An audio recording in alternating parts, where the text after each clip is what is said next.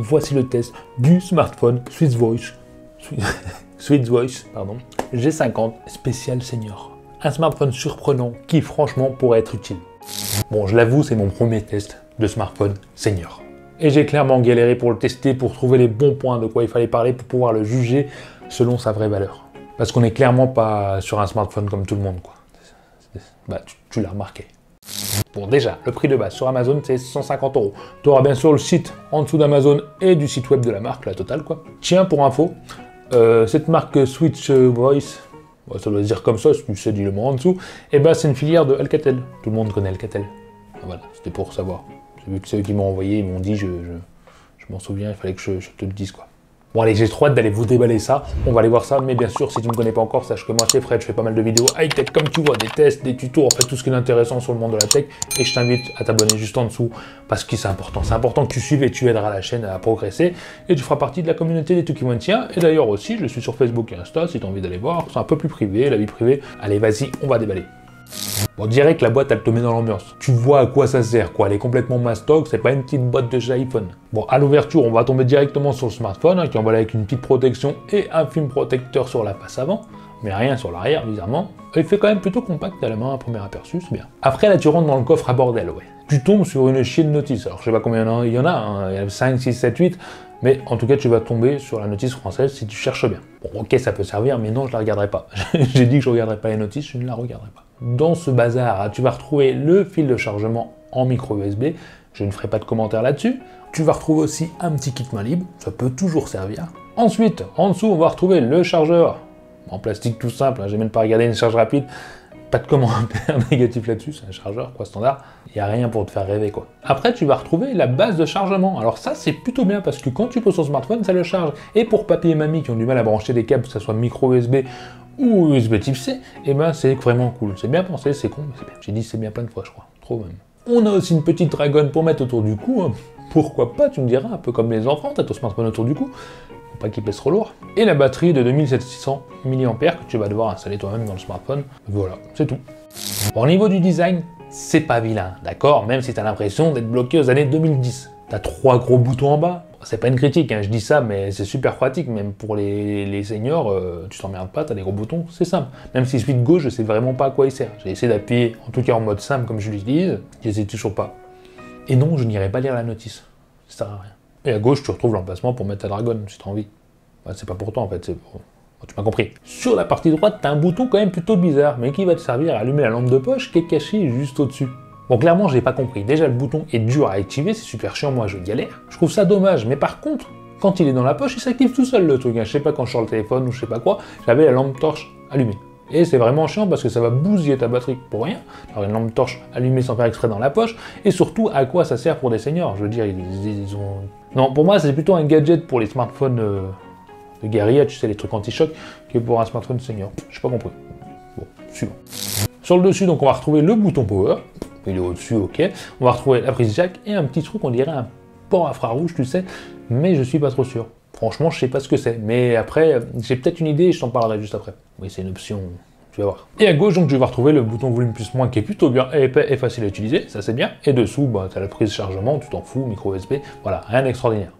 Bon, clairement, hein, si je devrais juger le design du smartphone par rapport à un autre smartphone dans les mêmes tarifs, si on compte pas le côté senior, je l'aurais descendu, je l'aurais tué, je l'aurais pourri à souhait. Parce que 150 balles dans un smartphone standard avec cette qualité de finition, cette tronche, c'est pas possible. C'est pas possible. Mais bon, là on le juge pas pour ça, c'est pour ça que je disais au début, ça va être compliqué pour moi, parce qu'on va le juger vraiment pour sa fonctionnalité et sa facilité d'utilisation pour quelqu'un de... pour tes papis de mamie, quoi. En tout cas, il devrait résister aux chutes facilement. Si tu le fais tomber plusieurs fois, t'as pas peur. C'est bien, c'est un atout. Sinon, c'est quand même plutôt compact parce qu'il fait 143 en hauteur et il fait 73 de largeur pour 1 cm d'épaisseur. Encore, il paraît plus fin. Et avec un poids de 156 grammes pour la Dragon, 156 grammes, je sais pas si ça va, j'ai pas essayé de le porter, mais bon, bah, c'est pas trop lourd, quoi. Mais voilà, un truc que je comprends pas, c'est pourquoi ils ont pas fait un smartphone un peu plus gros, avec un plus gros écran pour voir mieux, justement, une meilleure visibilité, c'est un peu le but. Parce que même si la prise en main est franchement correcte, à une main, tu vas l'utiliser à deux mains, c'est obligé. En tout cas, la personne l'utilisera à deux mains. Bon, ok, hein, sur l'écran, on voit extrêmement bien, c'est écrit super gros, c'est des grosses lettres, etc. Donc, voilà, j'avais envie de titiller un petit peu. Oui, parce que l'écran il fait 5 pouces, mais c'est clairement pas une pépite parce que tu as les blancs qui ont tendance à virer un petit peu au jaune, la luminosité en extérieur elle est vraiment non pas suffisante, en plein soleil tu rêves, tu ne verras rien, ou presque rien, un petit peu un chouïa. Si j'ai bien compris, alors à l'intérieur on a 1 Go de RAM et 8 Go de stockage, bien sûr, et heureusement c'est extensible avec une carte micro SD. Pour ce qui est du processeur, j'en sais absolument rien ce qu'il y a à l'intérieur, j'ai regardé mais j'ai pas trouvé. Et pourtant tu peux jouer à des jeux comme Candy Crush. Et oui, parce que tu as un emplacement spécial pour ça, et quand tu iras, tu as une sélection de jeux à utiliser, et tu n'as plus qu'à cliquer pour les télécharger, pour qu'ils soient en tout cas faciles d'accès. C'est pas des jeux de ouf quoi. Mais avant de te parler de l'interface, sache qu'on est sur Android 8.1 je crois. Stop, on arrête là. Juste pour m'excuser, en fait le smartphone s'est mis à jour en Android 10 et j'avais pas vu. J'ai vu ça en le réinitialisant et j'ai un peu la honte. Mais voilà, franchement l'interface n'a absolument rien à voir avec Android. Peut-être les menus cachés, oui, les paramètres, mais sinon ça n'a rien à voir. En gros, tu as 2 options, le mode simple et le mode super très simple. C'est pas les vrais noms, hein, je les ai inventés, c'est pour faciliter le contact, tu vois. Et pour cette vidéo, on va se concentrer sur le super très simple. Bon déjà quand tu vas le démarrer, tu vas l'allumer, tu vas devoir l'installer toi-même comme un smartphone normal. Tu as les questions Wi-Fi, etc. Bon, tu sais faire, on va pas te faire un débat là-dessus. Et à la fin, donc tu choisiras ton menu super simple ou simple, très simple. Bon, tu verras. En tout cas, on va voir le très simple. Et voilà la bête, c'est écrit en super gros. Tu peux choisir le temps qu'il faut pour rester appuyé sur le bouton. Là, tu dois rester appuyé et ça valide avec une vibration ou un bip si tu as mis la sonnerie.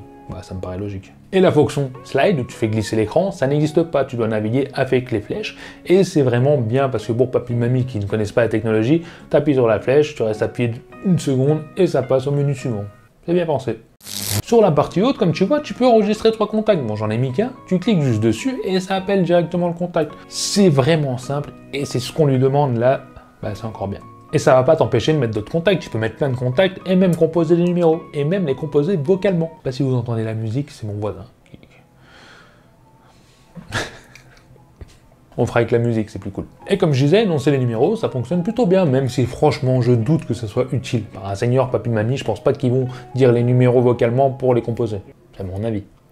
Autre fonction super pratique, c'est les messages. Bien évidemment, tu peux lire tes messages, écrire en gros, c'est super bien, mais tu peux aussi envoyer des messages prédéfinis. Si ton grand-père ou ta grand-mère n'arrive pas bien à écrire ou ont du mal, et ben le message prédéfini, ça peut aider, comme appelle-moi, etc., comme tu vois sur l'écran. Et c'est vraiment bien pensé, je trouve ça simple, mais tellement logique et pratique.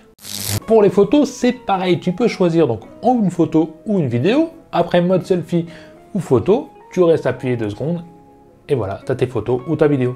Bon après c'est du 8 mégapixels, hein, c'est pas un truc de dingue. Tu vas pas pouvoir concurrencer un S21 avec, ni un S6. Mais c'est vraiment très simple et pratique, et au final ça passe plutôt bien. Bah, dis-moi ce que t'en penses dans les commentaires si tu trouves les photos convenables, je serais curieux de savoir. Pour la vidéo c'est pareil, c'est encore plus simple parce que tu vas cliquer dessus mais tu vas avoir une limite de temps prédéfinie dessus qui va arrêter automatiquement. Ça te permet d'empêcher des accidents de filmer pendant des heures non-stop. Là ça va filmer genre 10 secondes. Bon, en fait, regarde. Bon, voilà, petite vidéo de ce magnifique téléphone. On va voir ce que ça donne sur l'écran.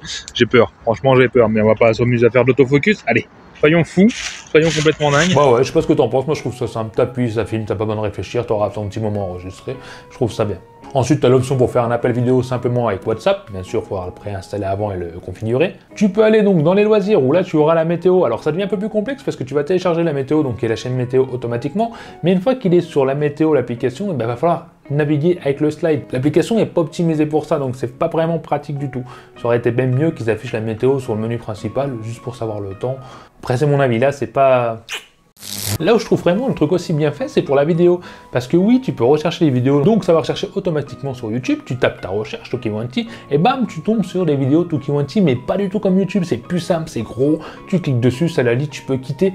C'est vraiment un mode simple, bien travaillé, et là, bravo là-dessus, parce que même ma grand-mère pourrait l'utiliser. Tu as aussi la recherche Google pour faire des recherches, c'est plutôt pas mal, hein. Tu peux taper pareil avec le gros clavier. J'ai oublié de te dire, mais au niveau des jeux, tu peux mettre les jeux que tu veux sur Play Store, tout simplement, tu vas télécharger plein de jeux, en tout cas ceux qui sont compatibles, mais ils n'apparaîtront pas donc dans le truc jeu, ils apparaîtront dans les applications, le menu application. Tu as aussi la radio, alors ça c'est bien et c'est chiant à la fois, parce que la radio, ils ont mis des radios prédéfinies, je sais pas du tout comment on en rajoute, je sais même pas si c'est possible, mais ça fonctionne clairement simplement. Bon après ce qui est chiant, c'est si papy aime bien écouter Skyrock, bah tu l'as dans l'os. Oui, ça arrive. Mais il faut dire c'est quand même vraiment super bien fait, au niveau du son, c'est largement assez fort et audible. Donc si t'entends pas très bien, là tu entendras. Là où je trouve un énorme petit moyen bémol, ouais, un truc bien chiant, c'est au niveau de la 4G. Parce que oui, il fait 4G, on est d'accord, mais il y a un problème sur les bandes. Parce qu'on a la B8, la B5, la B23 Et la B3. Pour ceux qui ne connaissent pas, il nous manque 3 bandes françaises. La B1, la B7 et la B28.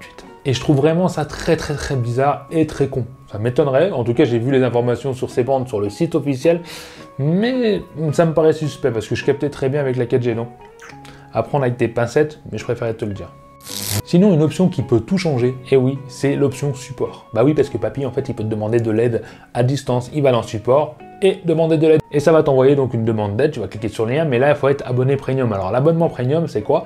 C'est donc Switch Voice qui te fait payer 2,99 € par mois pour pouvoir contrôler ce smartphone à distance. Alors que ce soit papy ou mamie qui l'a mis en mode avion et qui galère comme je ne sais pas quoi, et ben à distance tu peux tout changer sans te déplacer s'ils habitent loin. Tu peux aussi écouter, imaginons que papy et mamie ne te répondent pas ou ils n'ont pas t'appelé à l'heure où ils devaient t'appeler.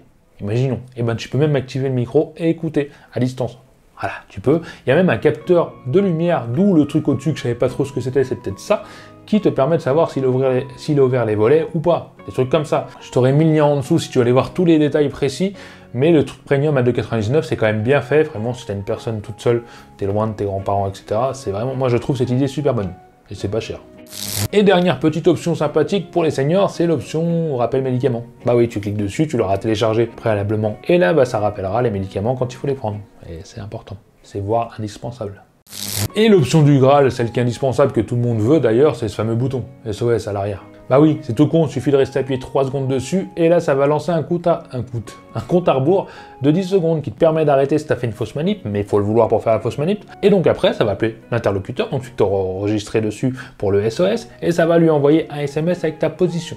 Bon après, si tu as fait une fausse manip, tu vas pas le sentir parce qu'il vibre tellement fort, et il fait une sonnerie d'alarme, le truc pas très masculin. Écoute ça.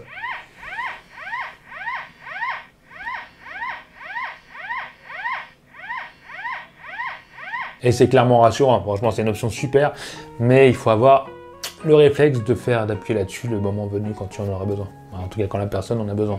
Et ça, ouais. Bon clairement je t'aurais bien dit l'autonomie, te dire combien de temps il dure, etc. Mais je ne l'ai pas gardé sur moi tout le temps, je ne me voyais pas d'utiliser ça toute la journée, c'est pas possible. Mais je l'ai utilisé quand même un petit peu. Alors ça annonçait 8 heures d'utilisation au téléphone en continu. Franchement, tu tiendras plusieurs jours. Bah, pour un papy ou une mamie qui l'utilise vraiment rarement, ça tiendra plusieurs jours. Sachant que tu as le support avec la recharge ici. Et voilà, tu le reposes à chaque fois, ça ira très bien. Ça permet de pas te perdre. D'ailleurs, tu peux aussi, grâce à l'option premium, savoir où il est le téléphone, s'ils l'ont perdu. Pendant que j'y pense. Pour conclure, ce smartphone n'est pas parfait. J'ai quand même pas mal de petits bugs qui m'empêchaient d'appuyer sur l'écran, en tout cas des boutons, il fallait que j'attende quelques secondes pour que je puisse appuyer. J'étais peut-être trop rapide pour lui, mais voilà. Il est parfois mal pensé et vraiment limité en luminosité. Donc, mais voilà, sa vraie fonction, c'est d'être simple et de pouvoir proposer de la technologie, entre guillemets, photo, appel visio à nos grands-parents qui ont beaucoup de mal, tout simplement, et accessible pour eux, sans se prendre la tête. Et là, ils ont réussi leur coup. Mais si je devrais juger ce smartphone prix, rapport, puissance, performance, bon, tu m'as compris, c'est clairement pas terrible parce qu'il y a des smartphones à 60 € qui sont voire 2-3 fois plus puissants. Bon, ok, les développeurs ont fait leur tâche principale, rendre un téléphone accessible aux seniors, et il faut dire que sur la moyenne, c'est plutôt réussi. Là-dessus, je pense qu'il sera vraiment utile et pratique sans galérer, quoi. À toi de me dire s'il te semble correct pour le tarif, 150 €, c'est quand même une grosse somme, mais avec ces options et cette facilité, est-ce que tu serais prêt à mettre 150 € pour ta grand-mère ou ton papy pour avoir un smartphone simplifié, pouvoir le contacter et le surveiller, etc. avec l'abonnement premium? À toi de me le dire, je t'invite à le faire. En tout cas, si tu as aimé cette vidéo, n'hésite pas à mettre le pouce bleu. Et si tu n'es pas abonné, bah, tu sais ce qu'il te reste à faire. Moi, je vous dis à bientôt les Tiki-Wanti pour la prochaine vidéo. Allez, bye.